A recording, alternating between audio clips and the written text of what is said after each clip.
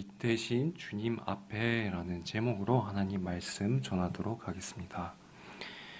제가 2018년에 이제 군대를 입대하게 되면서 제 인생에서 이제 처음으로 단체 생활이란 걸 하게 됐습니다. 다행히 제가 복무하던 시기는요, 이제 군인들의 인권을 소중히 여겨야 한다면서 이제 선진 병영으로 개선해 나가던 시기였는데요. 목사님 설교에서 이제 군대 이야기를 하시면은, 컨테이너에 이제 사람들을 한 50명, 70명씩 이제 집어넣고 막 그랬다고 했는데요. 저는 그렇지는 않고, 이제 동기생활관이라고 같은 기수의 사람끼리 이제 6명씩 묶어서 생활을 했습니다. 그래서, 개인적인 공간도 널널해서 쾌적하기도 했고, 또 같이 사는 동기들도 저랑 같은 계급이고 일단은 또 이렇게 같은 또래다 보니까 서로 친구처럼 잘 지냈던 기억이 있습니다. 그래서 되게 너무 좋다 하고 3개월, 4개월을 스트레스 없이 마음 놓고 살고 있었는데 어느 날에 이제 제 옆자리에 있던 동기 형이 저한테 이렇게 와서 진지한 표정으로 이렇게 말하는 것이었습니다. 진우야, 너 군복에서 냄새가 좀 나는데 제발 좀 빨래 좀 해줄 수 없어? 이렇게 부탁을 했던 것이죠. 이 말을 듣는 순간에 그 동기 형님한테 미안하고 민망하더라고요. 사실 제가 애초에 군복을 빨 생각을 아예 안 했었습니다. 솔직히 말해서 빨기 귀찮은 것도 있었고 무엇보다도 제가 이렇게 맡았을 때는 냄새가 나질 않았었거든요. 그래서 군복은 내 거고 내가 입는 거니까 내가 맡기 불편한 냄새만 안 나면 아무 문제 없겠지 이렇게 생각하고 그냥 그 옆자리에 이렇게 걸어뒀었는데 그게 이제 형님, 제 동기 형님한테는 전혀 아니었던 거죠. 그래서 이렇게 동기한테 지적을 받고 그날부터 군복도 이제 생활복이랑 같이 열심히 빨았던 기억이 있습니다. 단체 생활의 매너를 배우게 된 건데요. 이렇듯이 자기한테 냄새가 나는 걸 인지하지 못하게 될 때가 생기는 것처럼 성경에서도요, 죄에 대해서 여러 가지 모습으로 묘사하지만은 우리가 스스로 알기 힘든 죄에 대해서도 이야기를 합니다. 이 스스로 알기 힘든 죄란 과연 무엇일까요? 성경에서 예를 들자면요, 바울은요, 바리새인으로 활동했을 때는 그리스도인들을 잡아들이고 또 감옥에 가두면서 그리스도인들이 활동하는 것을, 선교하는 것을 막으려고 했죠.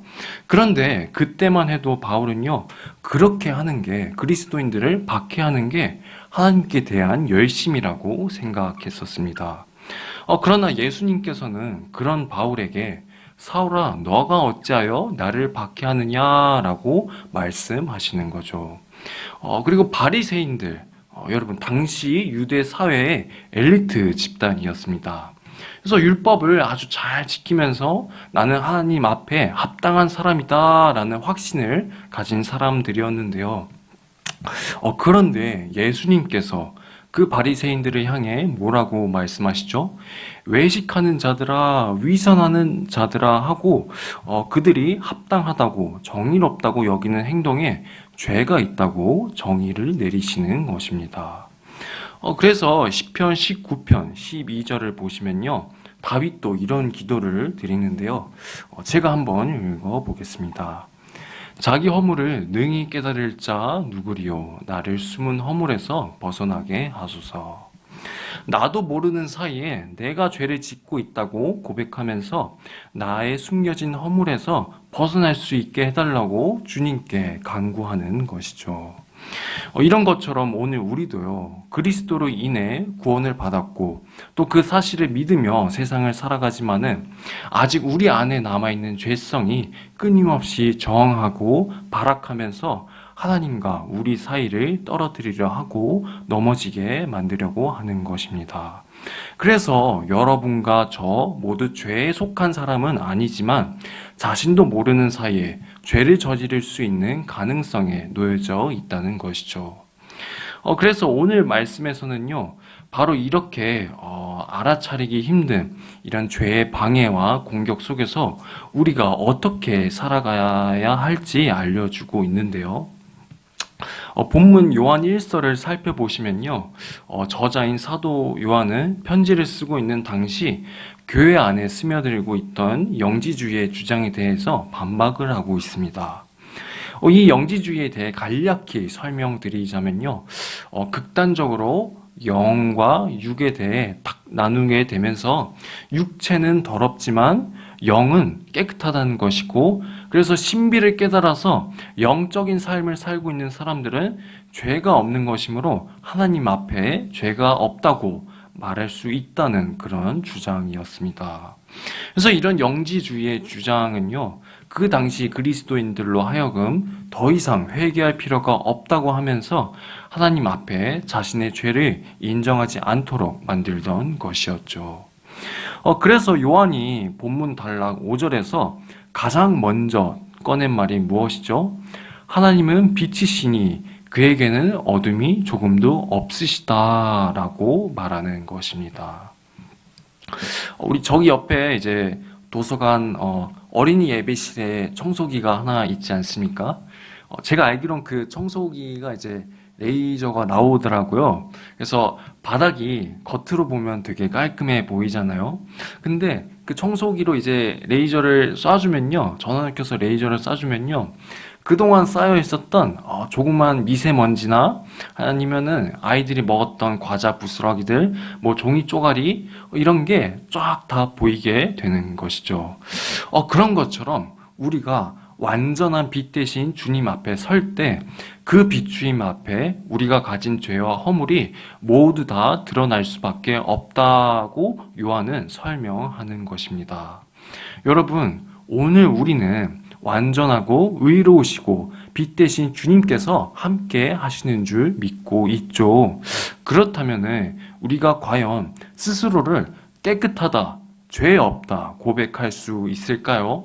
주님 앞에 우리가 미처 몰랐던 죄까지 다 보여지게 될 텐데 우리가 당당하게 주님, 저는 깨끗한 사람입니다 라고 고백할 수 있을까요? 아니겠죠. 세상 사람들은 하나님을 아직 모르기 때문에 빛과 떨어져 있기 때문에 자신의 죄를 잘 모르는 상태이지만은 빛이신 주님과 함께 있는 그리스도인들은 오히려 우리에게 죄가 명확히 있음을 깨닫게 되는 것입니다. 그래서 요한은요, 8절과 10절에서 이렇게 말하는 것이죠.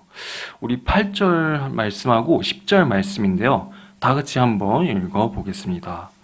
만일 우리가 죄가 없다고 말하면 스스로 속이고 또 진리가 우리 속에 있지 아니할 것이요. 네, 10절 읽도록 하겠습니다. 아니 우리가 범죄하지 아니하였다 하며 하나님을 거짓말하는 이로 만드는 것이니 또한 그의 말씀이 우리 속에 있지 아니하니라. 아멘. 네, 뭐라고 되어 있죠? 8절에서 우리가 죄가 없다고 말한다면 그것은 스스로를 속이는 것이고 진리가 우리 속에 있지 아니할 것이다 라고 말하는 것이죠. 또 10절에서 우리가 범죄하지 아니하였다. 하나님, 전 잘못이 없습니다.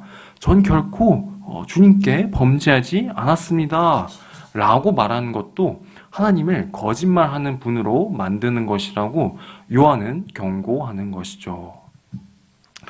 그렇다면은 빛 대신 주님과 동행하며 살아갈 때 우리가 과연 어떠한 자세로 살아가야 하는 걸까요? 어떻게 죄의 더러움을 씻어낼 수 있을까요? 본문은요, 저희에게 두 가지 답을 주고 있는데요. 첫 번째는요, 주님의 말씀이 나를 온전히 비추는 삶을 살아야 한다는 것입니다. 우리 6절과 7절 말씀인데요. 다 같이 한번 읽어보도록 하겠습니다. 만일 우리가 하나님과 사귐이 있다 하고 어둠에 행하면 거짓말을 하고 진리를 행하지 아니함이거니와 그가 빛 가운데 계신 것 같이 우리도 빛 가운데 행하며 우리가 서로 사귐이 있고 그 아들 예수의 피가 우리를 모든 죄에서 깨끗하게 하실 것이요. 아멘. 과거에도 그래왔지만은 사람이 생활하는 데 있어서 필요한 것 중에 하나가 바로 거울입니다. 여러분, 거울 혹시 하루에 몇 번 이렇게 보십니까? 저도 거울을 안 본 날이 없는 것 같은데, 거울을 안 보고 나가면은 큰일 나죠. 제가 내년에 30인데요. 이제 여러분들 이제 소수 정예로 모였으니까 제가 고백하는 건데, 제가 이렇게 탈모가 벌써 오더라고요. 그래가지고 머리 정돈을 꼭 해야 됩니다. 거울을 보면서 이게 어디 누워 있거나 아니 한눈을 팔다가 이 거울을 보면요, 이게 머리가 살짝 벌어져가지고 머리 정돈을 이렇게 이제 그때그때 거울을 보면서 해야 되더라고요. 그래서 우리가 저도 그렇듯이 우리 모두가 이제 거울에 비친 자신의 모습을 보면서 오늘은 어디가 흐트러졌고 또 피부에는 뭐가 묻었고 또 머리카락이 잘 정돈됐는지 막 눈곱이 있으면은 떼고 그런 식으로 일일이 이제 거울을 보면서 정돈을 하지 않습니까? 그런 것처럼 빛 대신 주님의 말씀을 통해서 나를 똑바로 비추는 삶을 살아야 한다는 것이죠.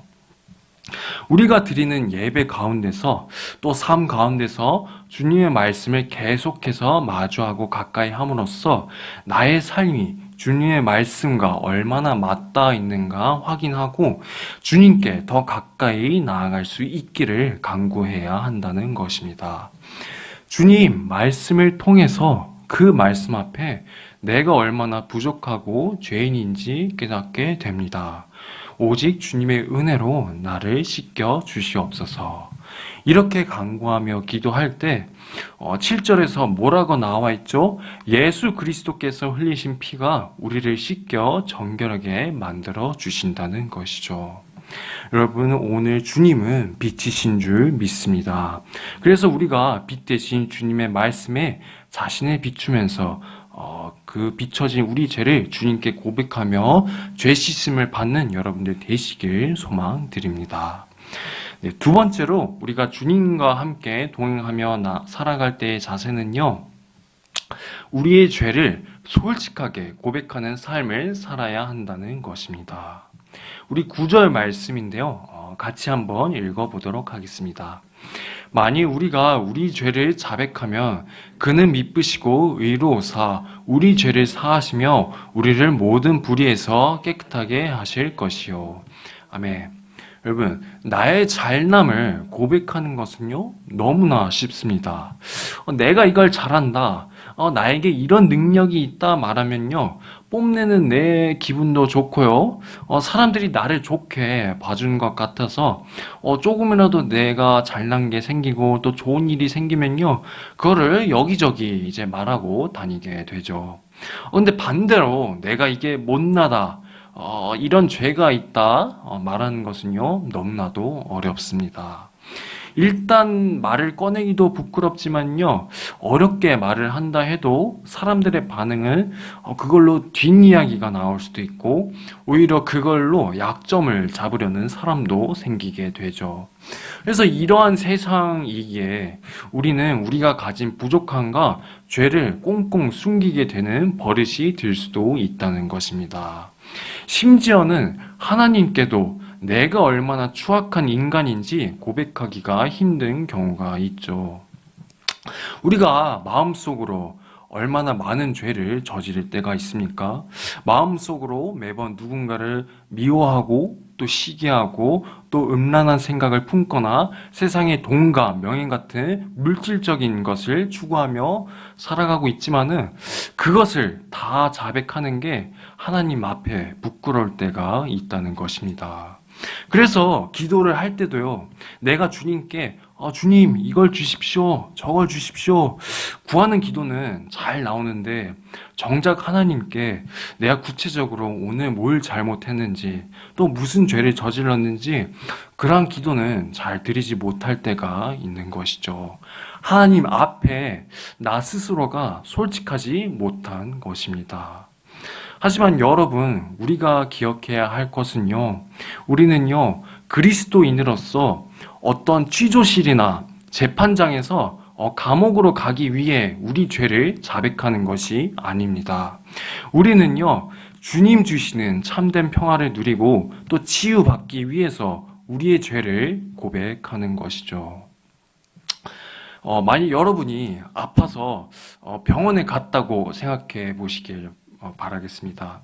한창 치료를 받아야 할 몸인데 의사 선생님한테 내가 걸린 병이 부끄럽다고, 또 아픈 부위가 민망한 데 위치해 있다고 이렇게 의사 선생님한테 말을 못 하겠습니까? 아니죠. 어디가 아프고 또 어떻게 아픈지 상세하게 다 말을 해야 하는 거죠. 하물며 구절 말씀에서는 뭐라고 되어 있죠?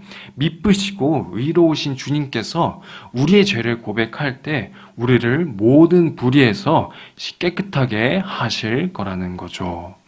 우리의 죄를 씻겨주시고 위로해주시는 주님 앞에 우리의 죄를 고백하지 않을 이유가 전혀 없다는 것입니다. 여러분, 오늘 주님께 우리가 가진 죄를 고백할 수 있으시길 바라겠습니다. 우리가 구원을 받음으로 말미암아 죄 가운데서 해방이 된 것이고요. 또 자유롭게 해방이 됐다는 사실은요, 내 죄를 주님께 언제든 고백할 수 있어야 한다는 것임을 믿으시길 이 시간 소망드립니다. 이제 말씀을 정리하겠습니다. 오늘 주님께서는 우리에게 빛이 되어 주신 줄 믿습니다. 주님의 빛으로 말미암아 우리가 죄인임이 드러나게 됩니다.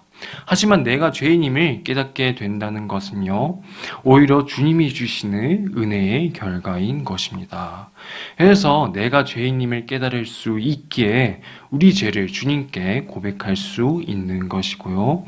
또 결국 주님의 은혜로 말미암아 우리가 죄 가운데 벗어날 수 있게 되는 것이죠.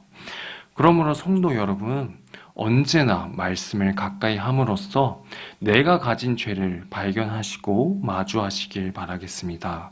그리고 우리의 죄를 고백하며 이 죄를 씻겨달라고 죄 씻음 받기를 주님께 간구할 때 우리의 마음이 주님 주신 정결함과 평화로 가득 채워지게 되는 줄 이 시간 주님의 이름으로 소망드립니다.